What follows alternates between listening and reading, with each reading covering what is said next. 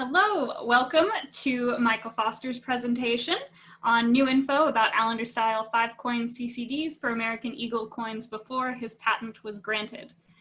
Michael, you could go ahead and unmute and turn on your video and start getting your slides set up.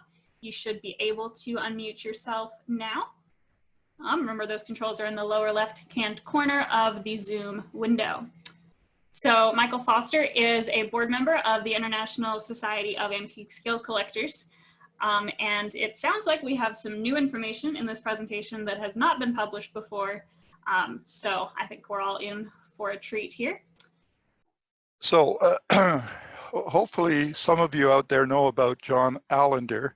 But what I'm really going to be talking about are between 1849 and 1855, there were several 5-coin counterfeit coin detectors, CCDs, invented and manufactured to test the American Eagle family of gold coins in circulation in the US. The Eagle family consisted of the $20 gold double eagle, the $10 eagle, the $5 half eagle, the $2.50 quarter eagle, and a new $1 gold coin introduced in 1849 with a 13-millimeter diameter.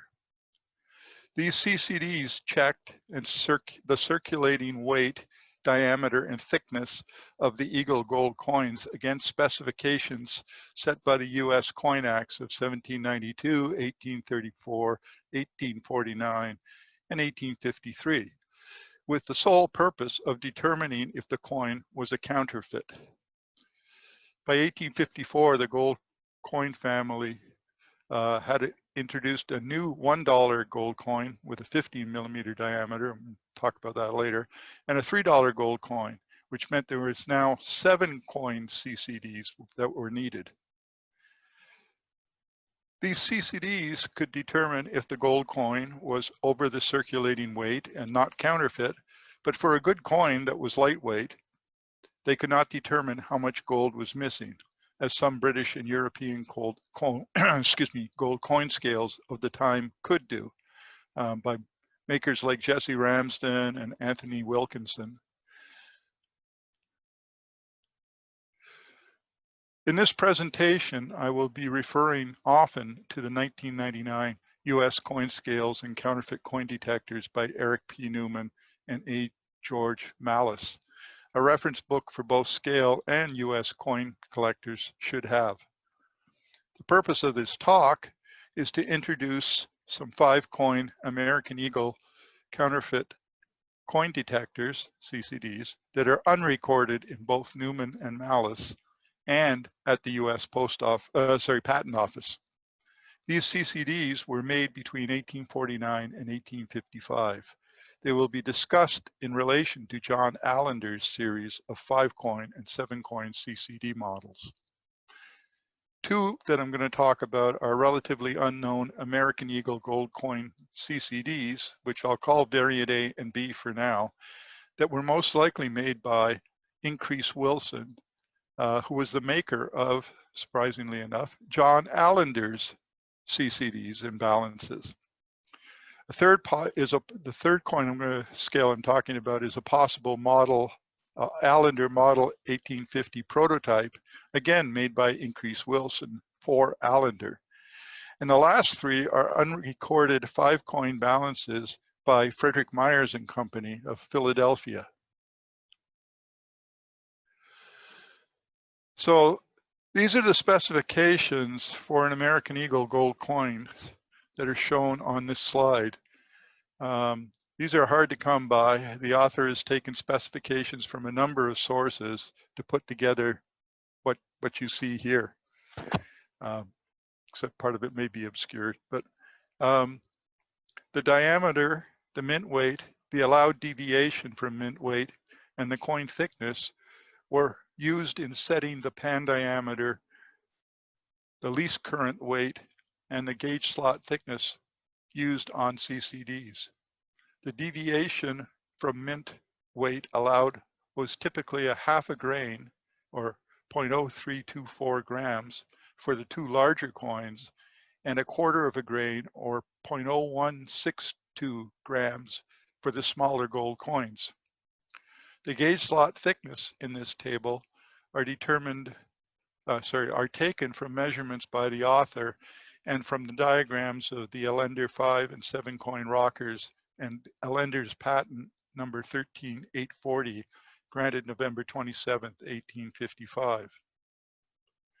The specs they had for the 21.6 carat, 90% gold and 10% copper alloy American Eagle gold coins in 1850 were specifications that came from the Coinage Act of 1792, which introduced the $10 eagle, the $5 half eagle, and the $2.50 quarter eagle. Also from the Coinage Act of 1834, which raised the silver to gold weight ratio from its 1792 level of 15:1 to 16:1, thus setting the mint price for silver at a level below the international market price and affecting all gold coins minted after 1834. And lastly, the Coinage Act of 1849, which introduced a new double eagle $20 piece and a new $1 gold coin with 13 millimeter diameter. For 7 coin CCD makers in 1853 and 4, there was the Act of February 1st, 1853, which introduced a new $3 eagle and another $1 gold eagle. The new $1 had a 15 millimeter diameter because of complaints that the 1849 13 millimeter diameter $1 coin was too small and too easy to misplace. The year of the last spec change is added to the table because specifications for the gold eagle, half eagle, and quarter eagle needed for the CCD makers around 1849-50 are those that were in effect in 1850. One of the best known examples of these counterfeit coin detectors is a series of rocker models invented by John Allender, New London, Connecticut. They could test the 5 and later 7 American Eagle gold coins with a single rocker design. The original model, introduced in 1850, was a polished cast brass unequal arm beam 8.5 inches long with 2 horn finials for decoration at either end. A steel knife edge in beam is inserted in a cast brass base with cast in place posts that are the bearing points of the beam. 5 round inline pans are labeled $10, $20, $5, $2.50, and $1. The pans also have gauge slots to check the diameter and thickness. This is a diagram of John Allender's 1850 model from Newman and Mallis.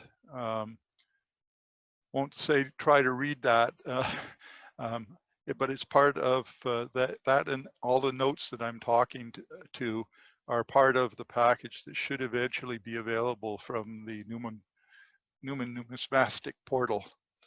This drawing of John Allender's 5 coin, as I said, is from Newman and Mallis. How does this scale handle 5 or 7 coins? The answer is with 2 pans for the largest coins, double eagle and the eagle on one side of the fulcrum, and the 3 and eventually 4 pans for the smaller half, quarter, and $3 and $1 gold coins on the other. For this to work, the scale required a supplemental weight for use when testing the $20 and $10 gold coins. The pan weights for the 10 and 20 were enough to provide the counterweight necessary to test the $5, $3, eventually $2.50, and $1 gold coins. Allender's US gold balances with and without the supplemental weight on the pan. The short end of the balance acts as the counterweight for the smaller denomination coins, as I've said.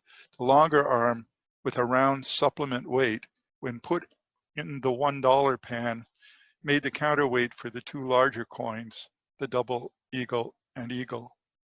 In Allender's CCD design, the supplemental weight for the $1 pan when testing the double eagle and eagle gold coins kept the length of the scale to 8.5 inches long and eliminated the need for folding arms with counterweight or multiple arms like in other solutions of the time, one of which I'll show a little later.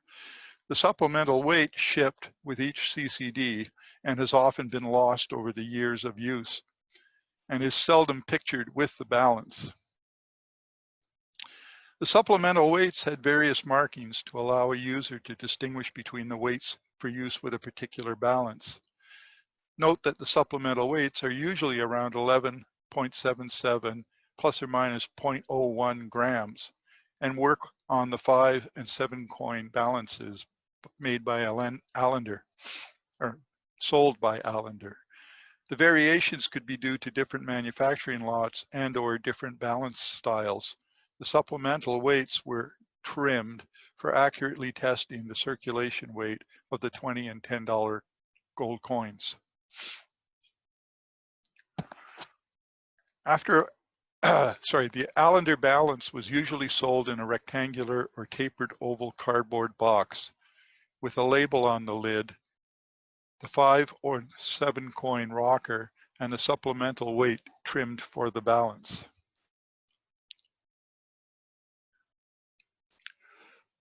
An Allender box label with the manufacturer's name, I. Wilson, New London, Connecticut, highlighted in red.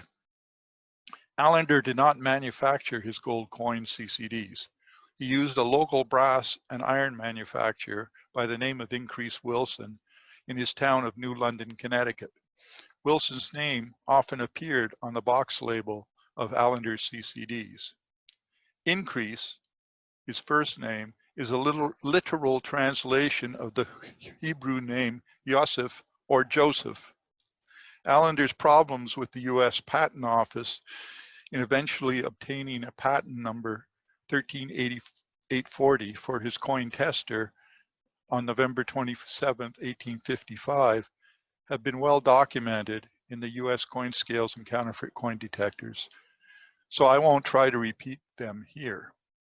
Where things get interesting is in the existence of another pair of American Eagle gold counterfeit coin detectors that warrant further documentation as their possible maker is discussed.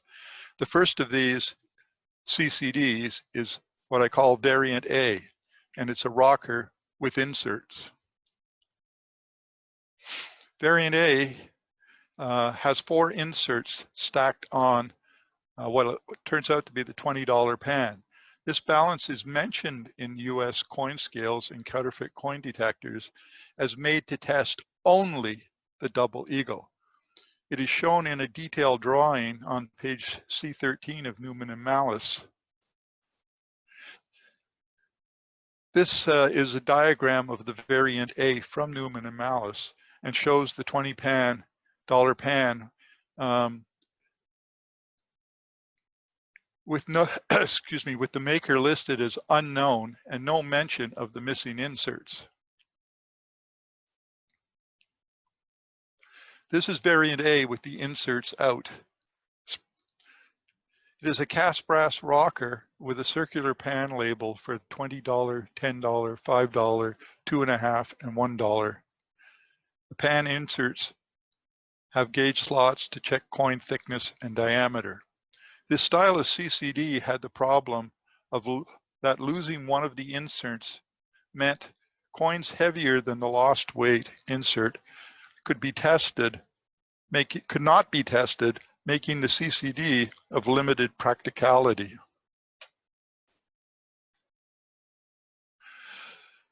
This is an Allender Model 1850 and the variant A with the $20 pan.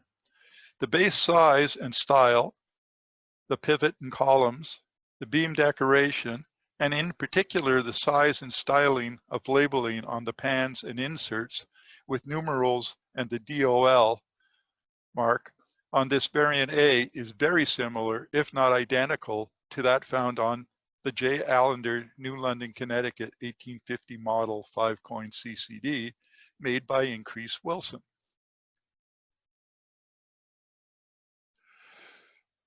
The Allender Model 1850 $10 pan and $10 insert on variant A show the same numeral and DOL stamps.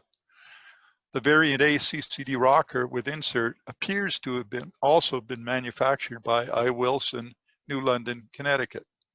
Because of the trouble that John Allender was going through with the US Patent Office, it is very unlikely that Allender would have taken this variant A or the next variant B to market, whereas Increase Wilson, a manufacturer and vendor of a variety of iron and brass items, might have introduced his own coin detector offerings, variant A and B, that he manufactured and sold, perhaps only until attracting Allender to use him as a manufacturer of his Allender gold coin detectors in 1850.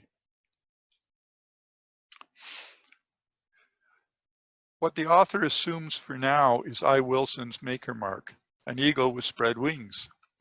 Good to have when it's a American Eagle CCD, and found on the poise of the rocker with inserts. A second balance, what I've been mentioning as variant B, with the eagle maker mark has also been discovered to test 5 gold coins of the American Eagle series. However, variant B is a steelyard.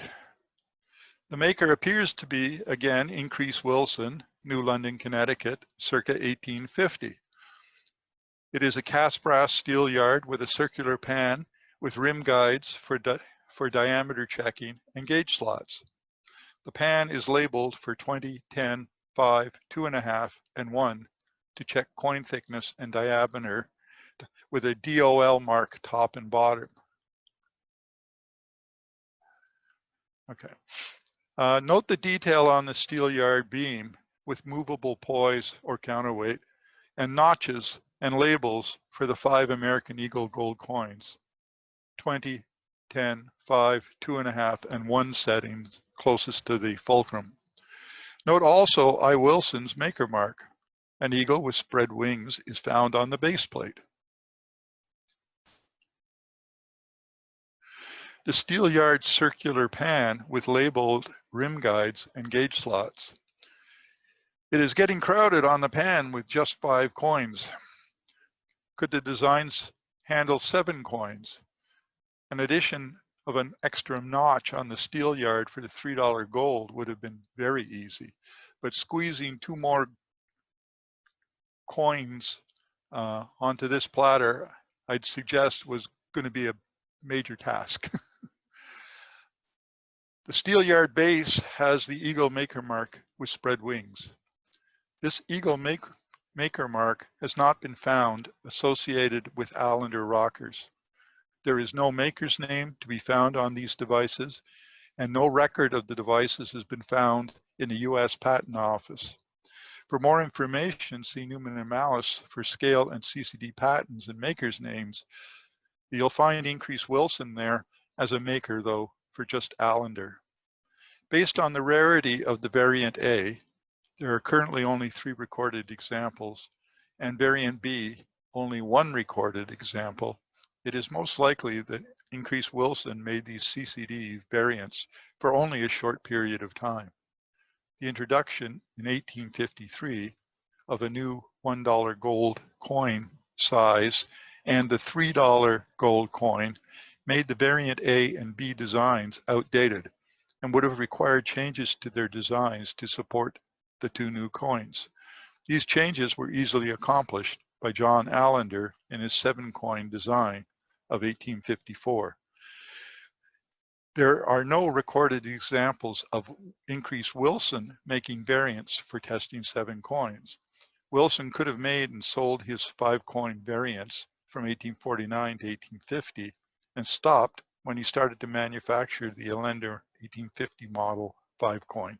Or he could have continued to make them until 1854, after which 7-coin versions would have been required. Are there any known retailers of the variant in A and B CCD? There is one known retailer of Wilson's variant A CCD. That is Charles Francis Hall, born circa 1821 and died November 8th, 1871. He was initially apprenticed as a blacksmith and later became a seal engraver in Cincinnati, Ohio.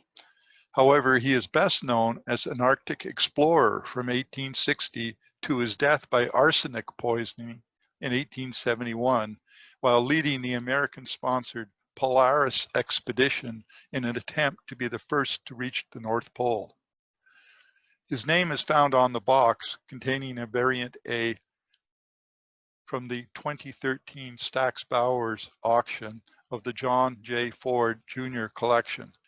Lots 10-107 and 10-113 are misidentified as possibly by C.F. Hall or John Allender. Note the box and rocker were sold as one lot and the 4 inserts as another, unfortunately separating the rocker from the inserts. So who was Increase Wilson? The firm of Increase Wilson, I. Wilson, born 1785, died 1861, were brass and iron industries situated on Methodist and Washington streets in New London, Connecticut. They made tools from 1818 through 1866. Wilson himself held a very early patent for a coffee grinder that dates to 1818. And following his marriage to Rachel Wright at the beginning of 1810, Wilson manufactured and sold various hardware items, including the coffee grinder, peach bitters, and Taylor patent braces. By all accounts, he was a prosperous man and is recorded as one of the incorporators of the Savings Bank of New London in 1827. His daughter Anne married a young lawyer, Nathan Belcher, in 1841.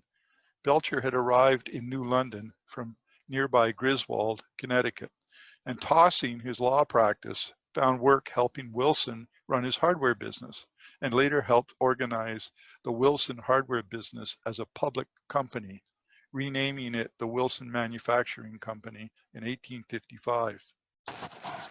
Increase Wilson was listed as a president and Nathan Belcher as its secretary. In 1861, Increase Wilson died and Belcher became the president. The manufacturing companies of New London included the Wilson Manufacturing Company, having a capital of $100,000, with excessive works occupying 2 full city blocks in the heart of New London, Connecticut.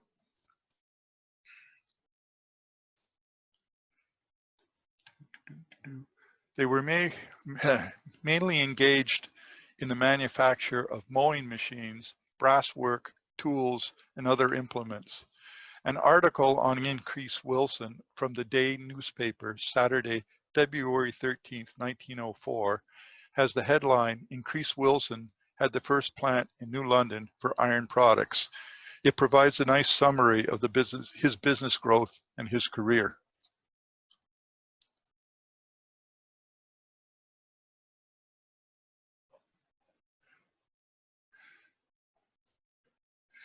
We'll now look at 7 of Allender's CCD models made for him by Increase Wilson, including an unrecorded version.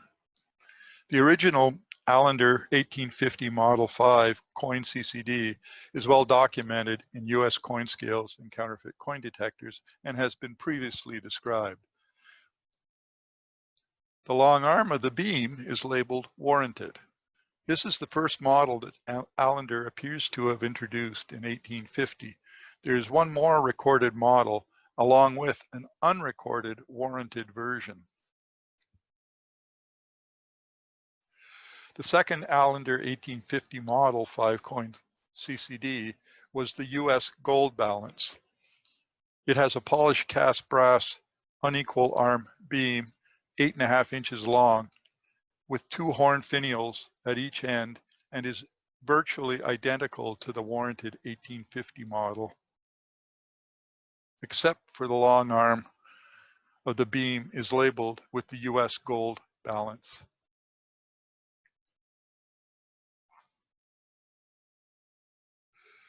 An unrecorded variant of the Allender 1850 model 5-coin CCD has recently come to light. If you're paying attention, you'll see this doesn't quite look like Allender's 5 coins. This variant is not documented in Newman and Mallis. The variant appears to the author to be a prototype or a proof of concept of Allender's patent made by Increase Wilson with similarities to his own American Eagle CCD rocker with inserts. As a side note, the 11.77 gram supplemental weight works with this model. The long arm of the beam is labeled with warranted. The warranted stamp used on the 1850 model and the unrecorded warranted model appear to be the same. The similarities between the unrecorded and the model 1850 balances include the base size and style, pivot and columns, and particularly the size and style of labeling on the pan and inserts with numerals and DOL. The dies used on the pan labels can be matched between Allender models and the Increase Wilson variant A CCD with inserts. When comparing the new variant to the model 1850 made for Allender by I. Wilson, there is an additional similarity in the warranted labeling on the beam. The differences when compared to Allender's recorded 1850 model include the lack of finials, no decoration on the ends, which Wilson didn't use on his own CCD designs, and the edge style of the pans, rounded versus sharp edges.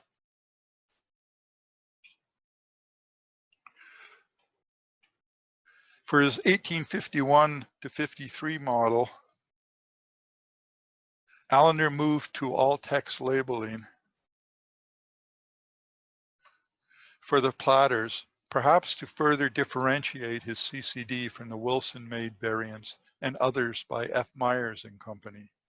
Note the 20, 10, 5, 2.5, and $1 labels on the platter, along with the DOL dollar mark.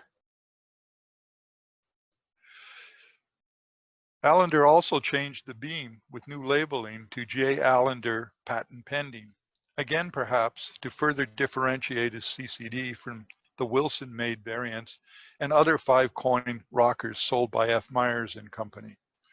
It is also a potential warning that he believed he would get a patent, even though the US Patent Office had denied his application several times. See Section 1 of Newman and Mallis, where they document Allender's problems with the post office in 14 pages of letters between the Patent Office and Allender, with Newman and Mallis comments on the situation.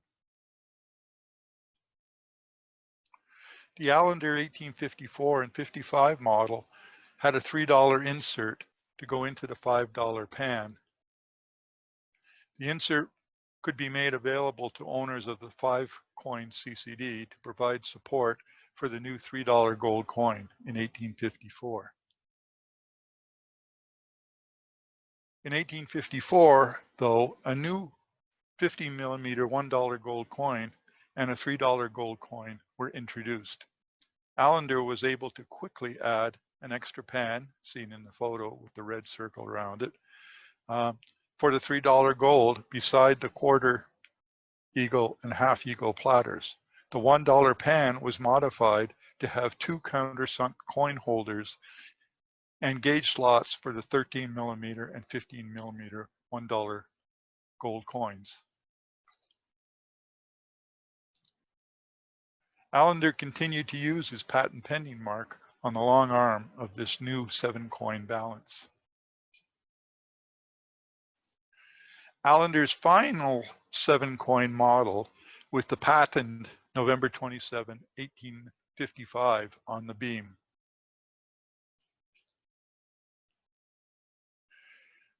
Okay, note the depression for both of the $1 coins on this 7-coin CCD model.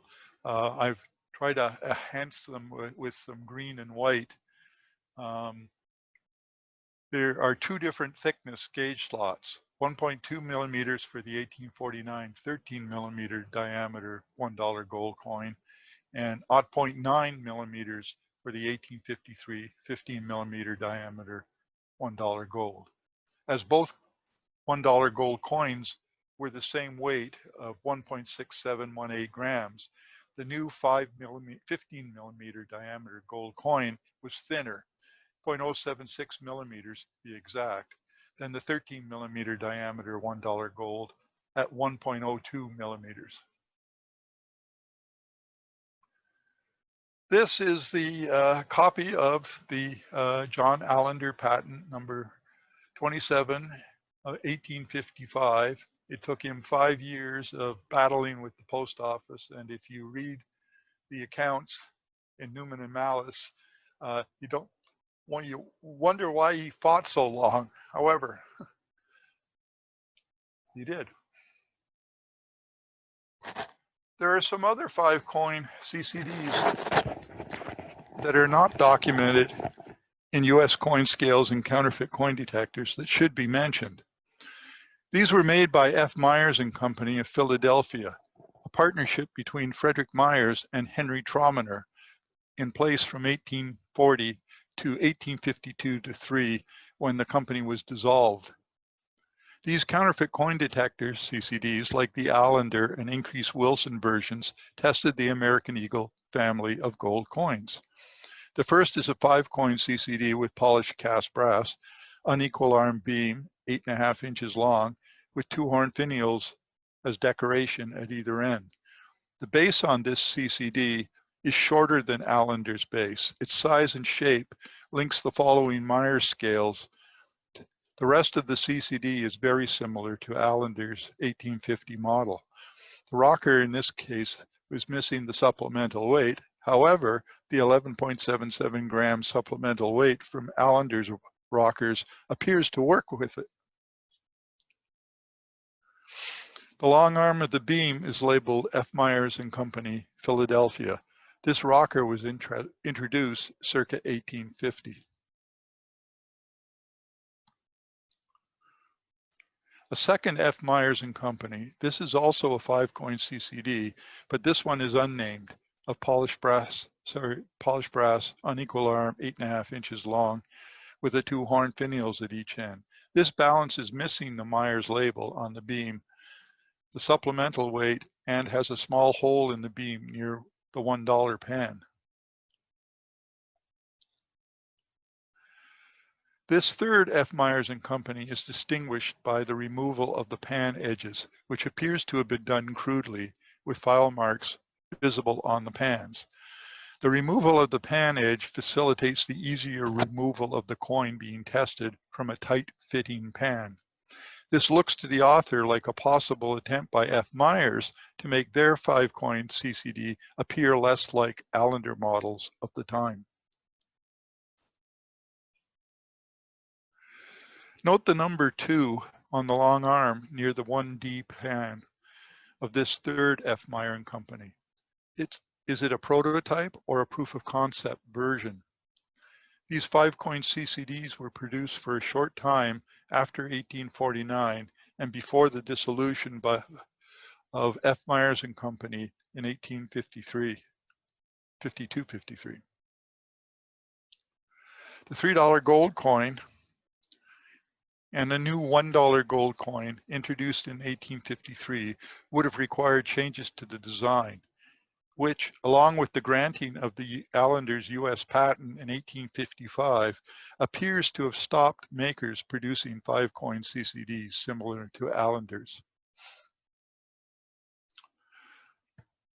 There is one other CCD that's worth mentioning because it's actually mentioned, this particular CCD is mentioned in Allender's patent. It's a Frederick Myers and Company had another 5-coin CCD rocker that was introduced in circa 1850 rather. It was very different than any of the CCDs presented today, but does not seem to have been patented. The design and operation is explained in Newman and Mallis.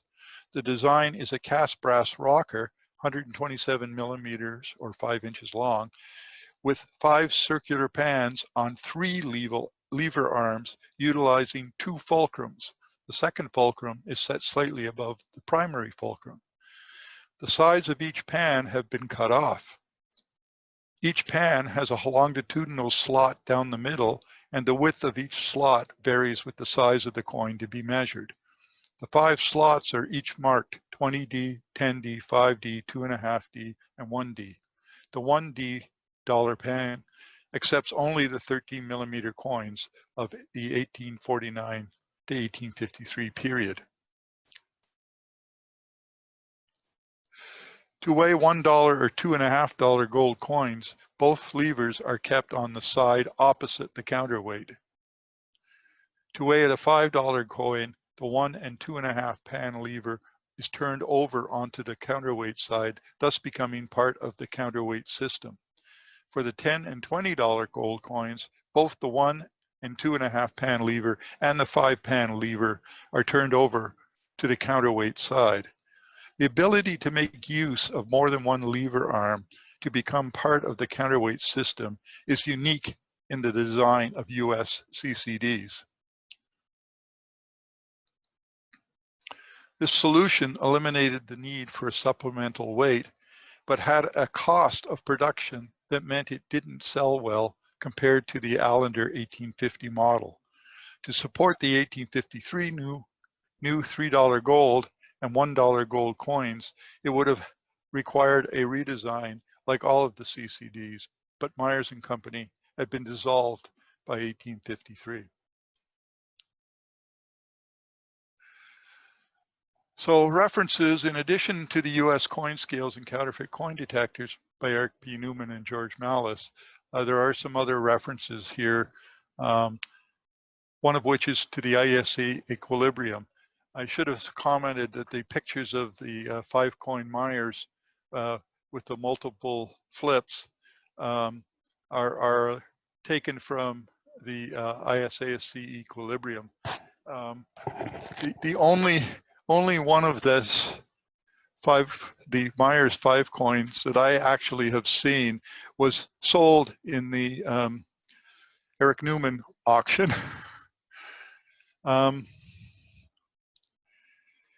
The author wishes to thank members of the International Society of Antique Scale Collectors for their assistance with some of the photos in this article. And he also wants to thank the audience on Zoom for their patience. So what have we seen and learned? There are 2 relatively unknown and unrecorded American Eagle gold coin detectors, variant A and B, most likely made by Increase Wilson, the maker of John Allender's balances. There's a 3rd Allender model, 1850 prototype, made by Increase Wilson for Allender. And there are 3 unrecorded 5-coin balances by Frederick and Meyers and Company of Philadelphia. So that's the end of my talk. I will just say, as I was introduced, I am a board member of the International Society of Antique Scale Collector. I'm a coin scale author with over 35 published articles in the ISASC Equilibrium, the Système Métrique, which is the French society, and Meten en Wegen, which is the Dutch society. I currently have 2 coin scale ebooks. The first is British and European rockers and balances and their markings, which is in its 4th edition. There's 799 pages. The second one is recently completed on 19th and 20th century Ottoman pocket balances. It's a 1st edition. It's about 77 pages long. My contact information is there, so before we get into any questions, write it down in case you want more information, and that's it. Leanna? Okay, then we are going to do a Q&A. So if you have any questions, go ahead and send them to the text Q&A at the bottom of your screen. Michael, if you want to go ahead and stop sharing your screen, you can do that. Should be a little red button at the top that says stop share. Yep. Yeah, I missed it. I missed it twice. That time I got it. Okay, so we have had a few questions come in. So are replacement weights for Allender balances available from any contemporary source? Yes, they are, is the answer. Just be careful. Like I said, the reason I mentioned the 11.77 grams is because, as you saw, I put up 4 of mine, and 3 of them are all 11.77 grams, and they came from 5 coin and 7 coin balances made by Wilson for Allender. Does that answer that question? I believe so. Okay. How accurate were Allender CCDs? How trustworthy would you consider them in comparison with modern testing tools? Well, I'd rather comment on them versus the type of tools that were being used in Britain and in some parts of the continent at the time, which the mint value or the mint weight differed from the least common weight. Least common weight basically was in Britain and a number of countries was set by law by the king or whoever.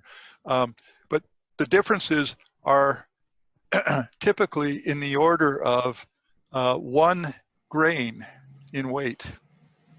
Okay, as mentioned, for the American Eagle gold coins, they had to be designed to tip at with a difference of only a half a grain or a quarter of a grain for the smaller ones. So that makes them pretty sensitive. And my own testing of these scales, it's very easy to get the scale balanced perfectly without having to touch anything, just dropping little grain weights on. Cool. Okay. How widely are these collected and what kind of prices do they bring? Well, that's a good question. It depends on the rarity, okay? I think Allender coin scales, the CCDs rather, are pretty readily available, but they tend to be on average around $350. So, and quite often are missing the box and the supplemental weight. For others, I mentioned that the Frederick Meyers and Company rocker, the last one I saw, was sold at the Newman auction, and I believe it went for over $5,000 because I had bid up to 4. Does that answer that? Okay. Let's see, were CCDs used extensively in the late 19th century? And what about worn coins? Well, that's a good question. CCDs were very used extensively because for a lot of the population, their main job was trying to copy gold coins, certainly in England and Europe, and it would appear as well to be true in the US, and I know it's true in Canada. So that could be their livelihood. And so I'll tell an interesting story. Okay, and you can sort of imagine this. One of the key things about gold coins, reason you check their thickness, their diameter, and the weight is to make sure that that is really gold. Okay, so in the second half of the 1800s, there was a new metal discovered and made available in South Africa, in the British Commonwealth. And they didn't know what to do with that metal. The one characteristic of it, though, was it had about the same weight as a piece of gold. It was called platinum. If you can believe it, some very industrious crooks made platinum copies of the sovereign and half sovereign and coated them with a thin layer of gold. And they passed the thickness and weight tests. So there's a way around everything. And I wish I could find one of those gold leaf platinum coins, because whoa. But apparently a lot of them were made, and the South Africans didn't mind, because otherwise they had a metal they didn't know what to do with yet. Now, nowadays platinum, most people would say, is worth more than gold. So any other questions? Yep, we still got a few in here. Okay. Let's see. In your ebook on British and European CCDs, do you go into much greater detail for sovereign CCDs that Michael Craworth's Sovereign Balances Standard Reference published in 1983 does not? The simple answer is yes. I started with Michael's little booklet. Okay. The current edition, my current edition is 799 11 by 12 pages, okay, with thousands of color photographs. And the way I got started was I contacted Diana Crawford, who was Michael Crawford's widow, and told her that had she noticed that there were crown marks on about 90% of all of the sovereign rockers, and those crown marks told you who made them. They just weren't recorded. So she said, well, record them. So the first thing I did was I recorded over 61 different crowns. And so there are a large number of makers, a large number of styles, some of which are CCDs, most of which are some form of CCDs, because the rockers check the diameter, the width, and the least common weight. Okay, so hopefully that answers the question. Mm-hmm. Okay, we have another one. I have a 5-coin Allender with the extra weight with a stamped C on it. Does that provide any information about the scale or the extra weight? The question is does it mean the supplemental weight? It probably not, unless he could happen to find an Allender's balance with a C stamped on it. Alrighty. Was Mr. Allender known for anything other than counterfeit coin detectors? I don't know of anything else that he did. He spent 5 years fighting with the patent office. And I think by the end of that time, he was getting to know U.S. patent law pretty well. but other than that, no, I don't know.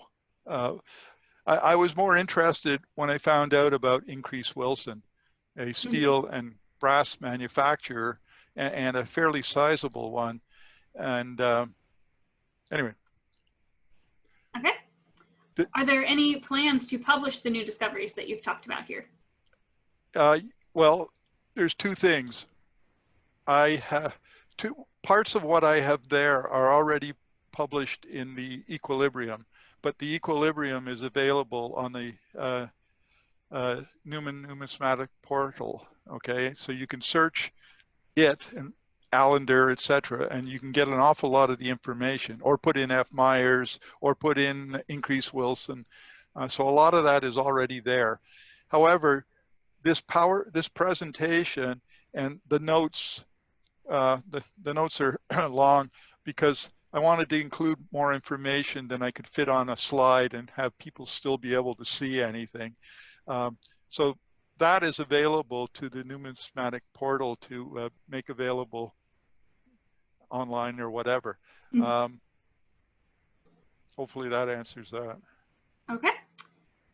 What originally got you interested in CCDs? Well, the first thing I'm going to admit for the numismatic people is that I am a coin collector. It's just that the newest coins that I collect are over 2,000 years old. I'm a collector of basically Celtic, British Celtic and Gallo-Belgic gold and silver. That got me interested in collecting, but a lot of the coins I bought, I was only being able to buy for a few $100s, and then something happened, and they added zeros to what a Celtic coin could cost. So I looked around, and I'm a Libra, and I noticed I already had a lot of different scales in my house. But my wife said, you're not going to start collecting those because there won't be any room. So I currently have 570 coin scales and CCDs and balances Wow. fit in one 10 by 10 room with glass cabinets. There So you go.